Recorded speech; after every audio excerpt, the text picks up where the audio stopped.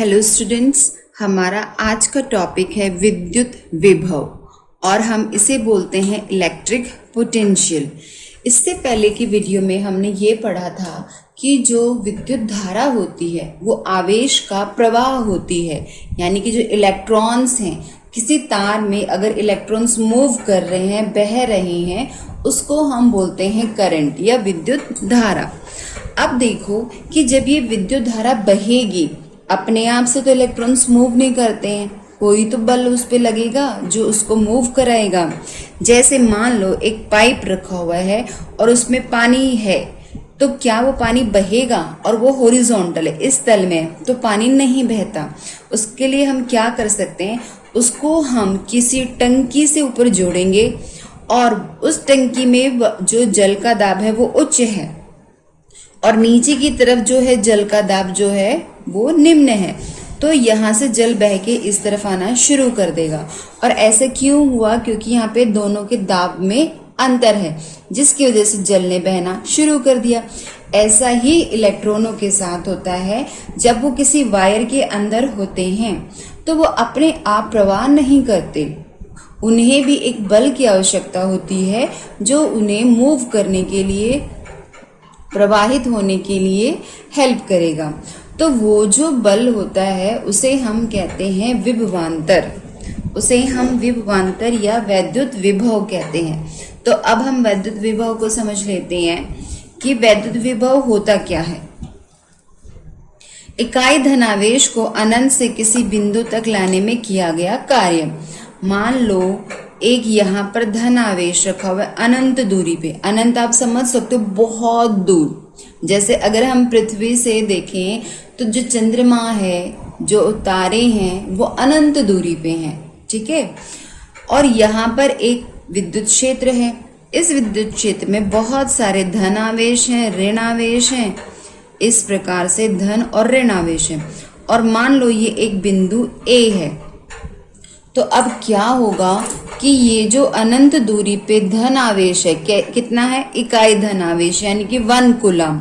इसको हमें इस बिंदु ए पर लेके आना है, तो ये अपने आप तो आएगा नहीं, हमें इसे लाने के लिए क्या करना पड़ेगा? कार्य, ठीक है। इस धन आवेश को हमें लाने के लिए क्या करना पड़ेगा? कार्य। तो वो जो कार्य हमने किया उसे हम कहते हैं विद्युत विभव या इलेक्ट्रिक पोटेंशियल। एक बार फिर से देख लेते हैं। इकाई धनावेश को अनंत से किसी बिंदु तक लाने में किया गया कार्य, ये क्या कहलाता है? विद्युत विभव। अब यहाँ तो हम अनंत से लेके आ रहे थे। अगर मान लो ये एक ही विद्युत क्षेत्र है और यहाँ पे 2 पॉइंट है, ए और बी, ठीक है, और इसमें बहुत सारे आवेश हैं, धन आवेश, ऋण आवेश, इस प्रकार से आवेश है। यहाँ पे एक इकाई धन आवेश है और हमें उसको इस बिंदु से इस बिंदु तक लाना है, तो ये अपने आप से तो चल के आएगा नहीं, उसके लिए भी हमें कार्य करना पड़ेगा। तो ये जो किया गया कार्य है इसको हम बोलते हैं विभवांतर, ठीक है। इकाई धनावेश को किसी क्षेत्र में एक बिंदु से दूसरे बिंदु तक लाने में किया गया कार्य जो है वो क्या कहलाता है? विभवांतर। तो एक बार हम इसकी परिभाषा देख लेते हैं। यहाँ पे विभवांतर क्या होता है? एकांक आवेश, एकांक मीन्स 1 यूनिट। इकाई धनावेश को एक बिंदु से दूसरे बिंदु तक लाने में किया गया कार्य, ये क्या कहलाता है? विभवांतर। और अगर हम इसका फॉर्मूला देखें तो हमारा फॉर्मूला होता है, अच्छा, जो विभवांतर है उसको हम निरूपित करते हैं कैपिटल V से।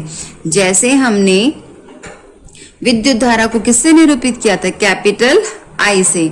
ऐसे ही किसी धारावाही में जो विद्युत परिपथ के 2 बिंदुओं के बीच में विद्युत विभवांतर है उसे हम विभवांतर कहते हैं और इसको हम निरूपित करते हैं कैपिटल V से। और विभवांतर निकालने का तरीका क्या है? किया गया कार्य बटे में चला गया आवेश, ठीक है। तो यहाँ पे इसको हम सिंबल्स की हेल्प से लिखेंगे तो हमारा फॉर्मूला बन जाएगा V बराबर W बटे में Q। और ये जो विभवांतर है इसको मैं एक बार फिर से आपको समझा देती हूँ। विभवांतर जो है वो क्या होता है? देखो बेटे, विभवांतर जो है वो किया गया कार्य बटे में चले गए आवेश की मात्रा। तो विभवांतर को तो हम निरूपित करते हैं V से, और कार्य को हम निरूपित करते हैं W से और आवेश को हम Q से लिखते, तो हमारा फॉर्मूला बन गया V बराबर W बटे में Q।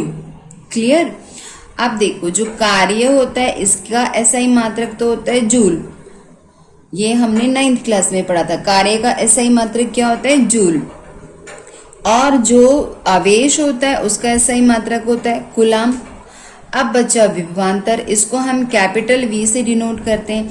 इसका SI मात्रक होता है वोल्ट और उसको हम स्मॉल v से निरूपित करते हैं। किससे निरूपित करते हैं? स्मॉल v से। और जो वोल्ट है ये एक वैज्ञानिक के नाम पे रखा गया है, वोल्टा नाम के वैज्ञानिक थे, इनके नाम पर हमने इसका नाम रखा हुआ है। अब यहाँ पे पूछा जाता है कि 1 वोल्ट की परिभाषा दीजिए। जैसे 1 एम्पियर की परिभाषा पूछ लेते हैं, ऐसे क्वेश्चन इस तरीके से आ जाता है कि विभवांतर का SI मात्रक क्या है, तो हम बताएंगे वोल्ट है।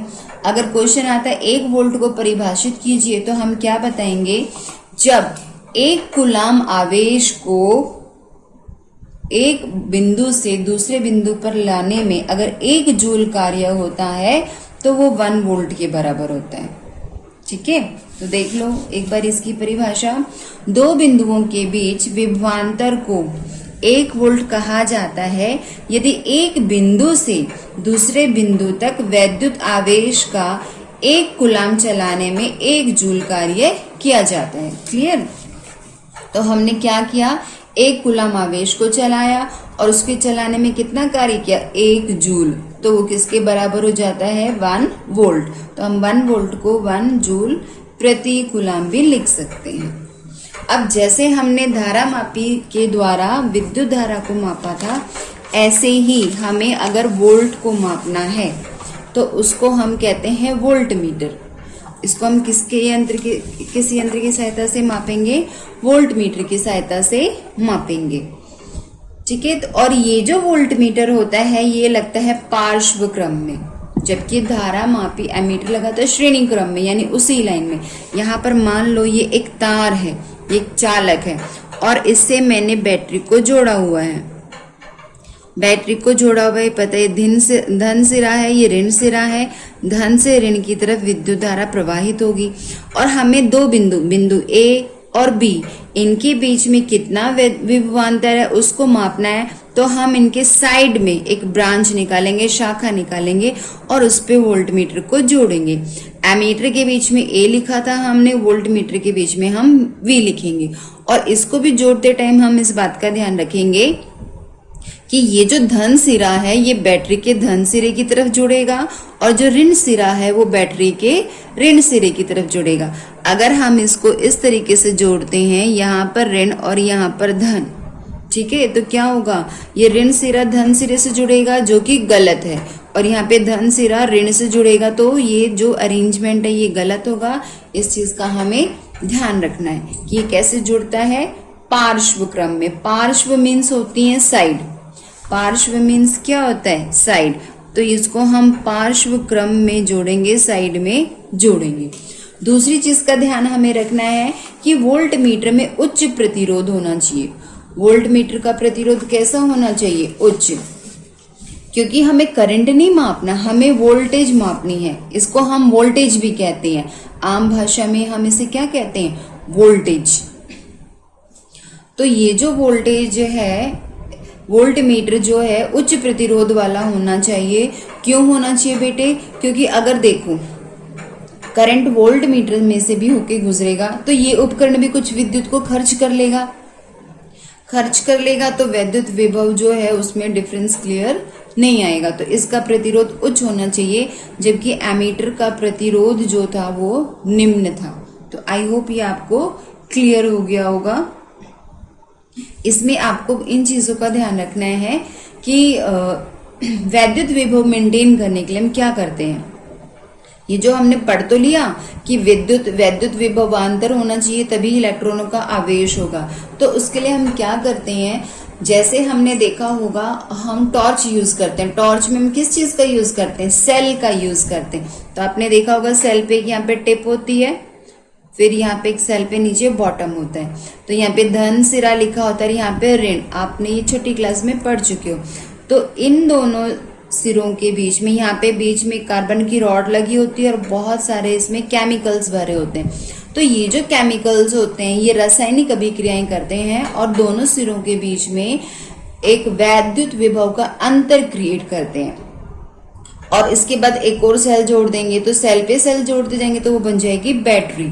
तो अगर ये क्वेश्चन पूछा जाता है कि हम विभवांतर को कैसे क्रिएट कर सकते हैं, किसी भी परिपथ में विभवांतर कहाँ से आता है, तो क्या आंसर होगा, सेल की सहायता से। ठीक है, तो कौन मेंटेन करता है, सेल या फिर बैटरी। ऐसे स्विच बोर्ड में जो इलेक्ट्रिक करंट होता है, तो आपने देखा होगा, कभी नोटिस किया हो तो दो तार होते हैं, एक रेड कलर का और एक ब्लैक कलर का तार आता है, और जो अर्थ वायर होता है वो ग्रीन कलर का। वो अभी हम नहीं बात कर रहे हैं। अभी हम देखेंगे कि जो हमारा विद्युत परिपथ है उसमें दो तार आते हैं, एक लाल रंग का और एक काले रंग का। जो लाल रंग का होता है उसमें 220 वोल्ट विद्युत विभव होता है और जो काले रंग का होता है उसमें 0 होता है। तो आप देखोगे दोनों के बीच में अंतर आ गया, जैसे धन और ऋण सिरा था सेल के अंदर, ऐसे इन दोनों में विद्युत विभव में अंतर आ जाता है और इसी वजह से जो है करंट वो है फ्लो करता है। तो आई होप ये आपको क्लियर हो गया होगा। नेक्स्ट वीडियो में हम विद्युत परिपथ के बारे में पढ़ेंगे।